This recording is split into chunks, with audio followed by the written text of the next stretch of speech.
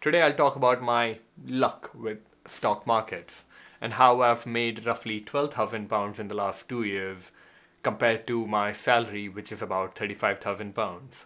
And the best part, it was all tax free.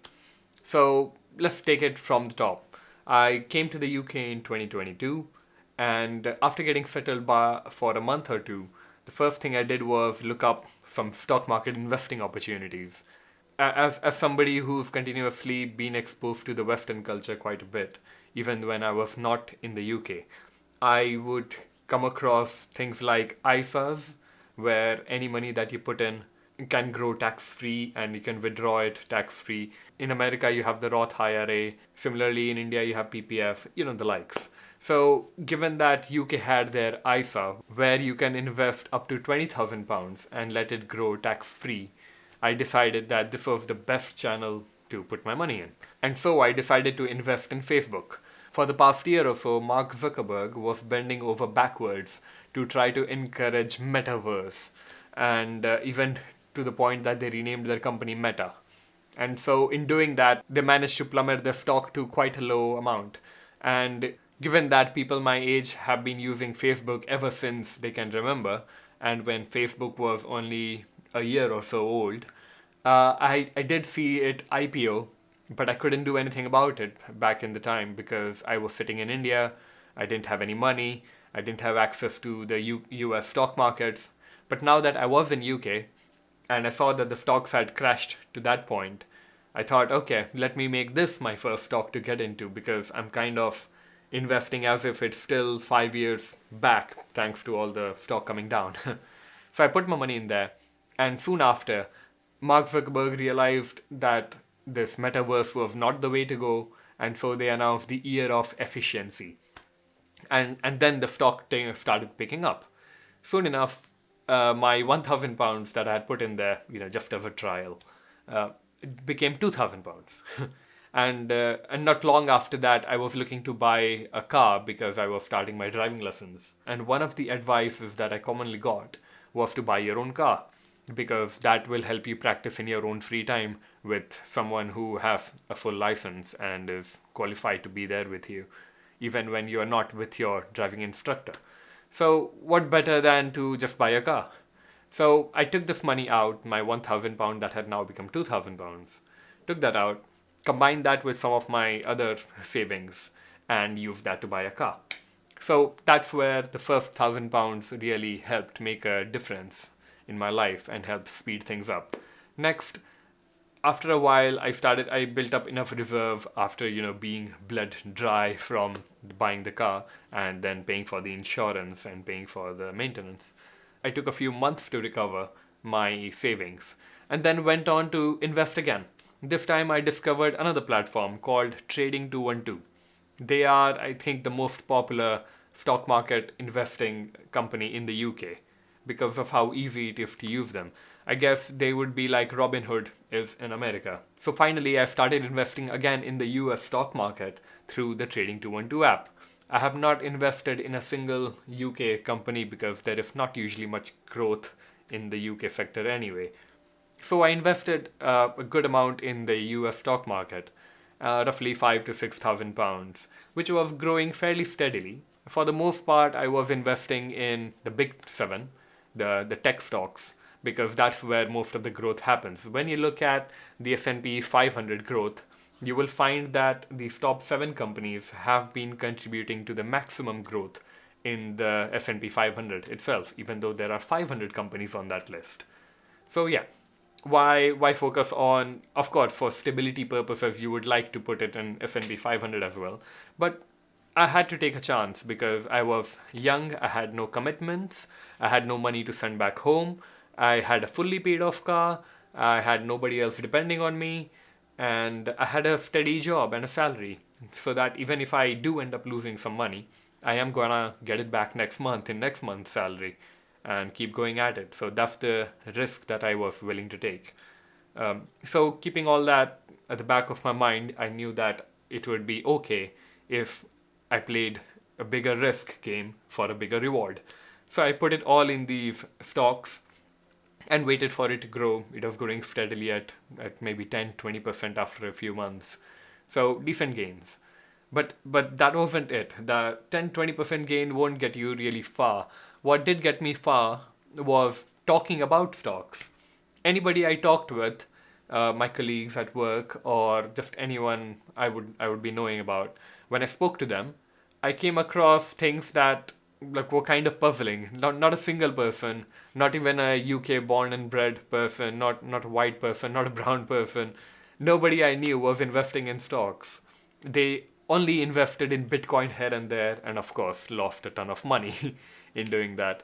So finally, when I was still talking about how to get better at stocks, what is someone else willing to invest in, and just having a conversation with other people, I came across a nurse in my emergency department who I was having a chat with during our off time, and he mentioned something about leveraged stocks. Oh, you know where this is going, isn't it?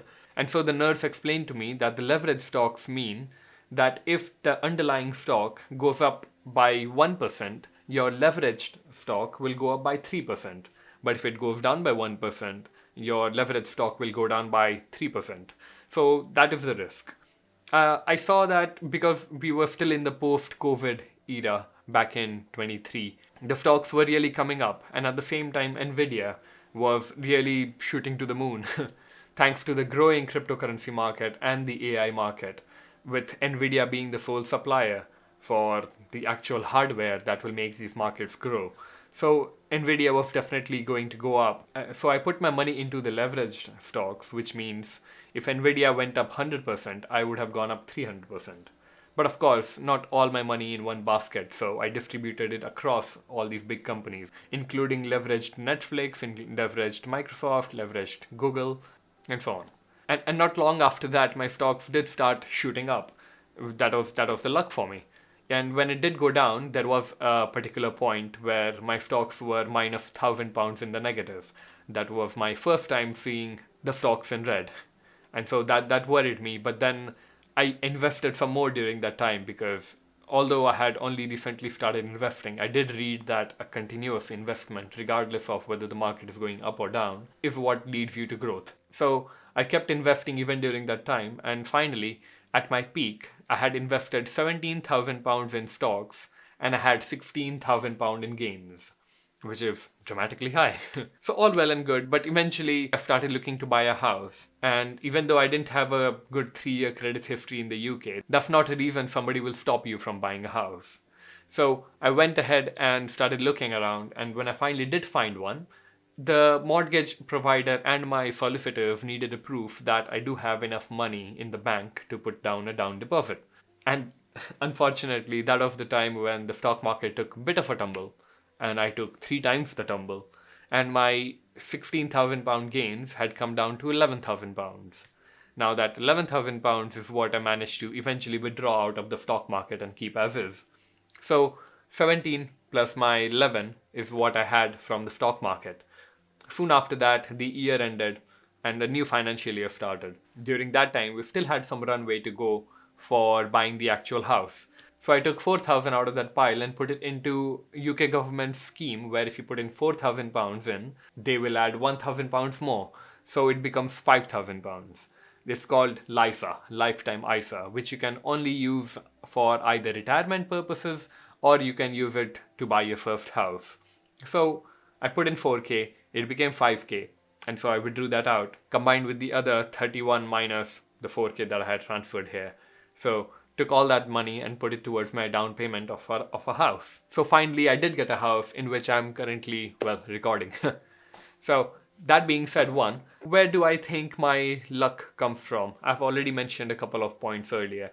I think the main one is that taking risk when you are young is worth it. I mean, many doctors or any professionals, they just get so engrossed in their work and don't plan to expand their knowledge in any other sectors that they fail to grow quickly in life and achieve some financial freedom. The second thing was that pretty much anyone I knew had gotten into this whole investing thing back when cryptocurrencies were booming, like Bitcoin and Ethereum. And so when they took a fall, that's what made these people stop looking into investing anymore. That's the thing. By the time you get to know about something and start investing in it, pretty much everybody else is aware of it, and you don't have the early mover advantage. And you're only there for the infamous rug pull, where the rug gets pulled from under you and you go tumbling. And so that's it. So that's my short story about how I took chances in my first 2 years of being in the UK and made roughly £12,000 tax free on top of my salary, and bought a fully paid off car and a house. Oh, let me just add this. The best part about my car is that I spent £6,500 on it, and it has roughly 120,000 miles on it. What I did focus on was that it does not matter how many miles it has on the car. I'm more concerned with how new the car is because I did want some features in it. And it's not one of those top of the line expensive cars with like £1,000 tax and a £3,000 insurance. And so that's where I am. Hopefully you got some value out of this video, and I hope that this inspires you to take a plunge into the stock market. Currently, Donald Trump has put in these tariffs that have brought the stock market tumbling down quite a bit. So if you invest in a moment like this, you are bound for a growth in the future. These growths are quite rare to find. One was 2008 financial crash, where I was, well, way too young. I was in 8th grade, couldn't do much. Then the next was the COVID pandemic, roughly 11 years later, where again I couldn't do much. I wasn't earning. I had just completed med school. And then finally, this 2025, you can see again another 6 years later, Donald Trump has brought the stock market down. It might recover soon enough, and you know it will. Some of the companies like Palantir, Netflix have already recovered, but there are many others which are yet to completely catch up. So if you invest in them now, you are bound for growth down the line. And you might not get these opportunities again for a good couple of years. Finally, I would say that if you dip your toes in the stock market world, part of your money will, of course, definitely go into conservative stocks like the index funds. But the other bits, if you scatter them around in random companies, that will always keep you alert and make you want to keep checking back on your stocks because it's literal money. And in doing that, you won't miss out the next opportunity of investing once that comes around.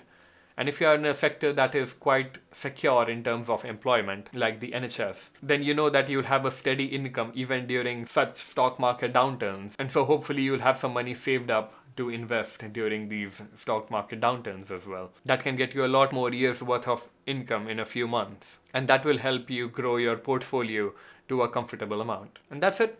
That's my moral of the story. And that's it. I hope you learned something. If you like this video, please consider subscribing. I make videos regarding money, self-development, and just general overall fitness and well-being. More to come. See ya.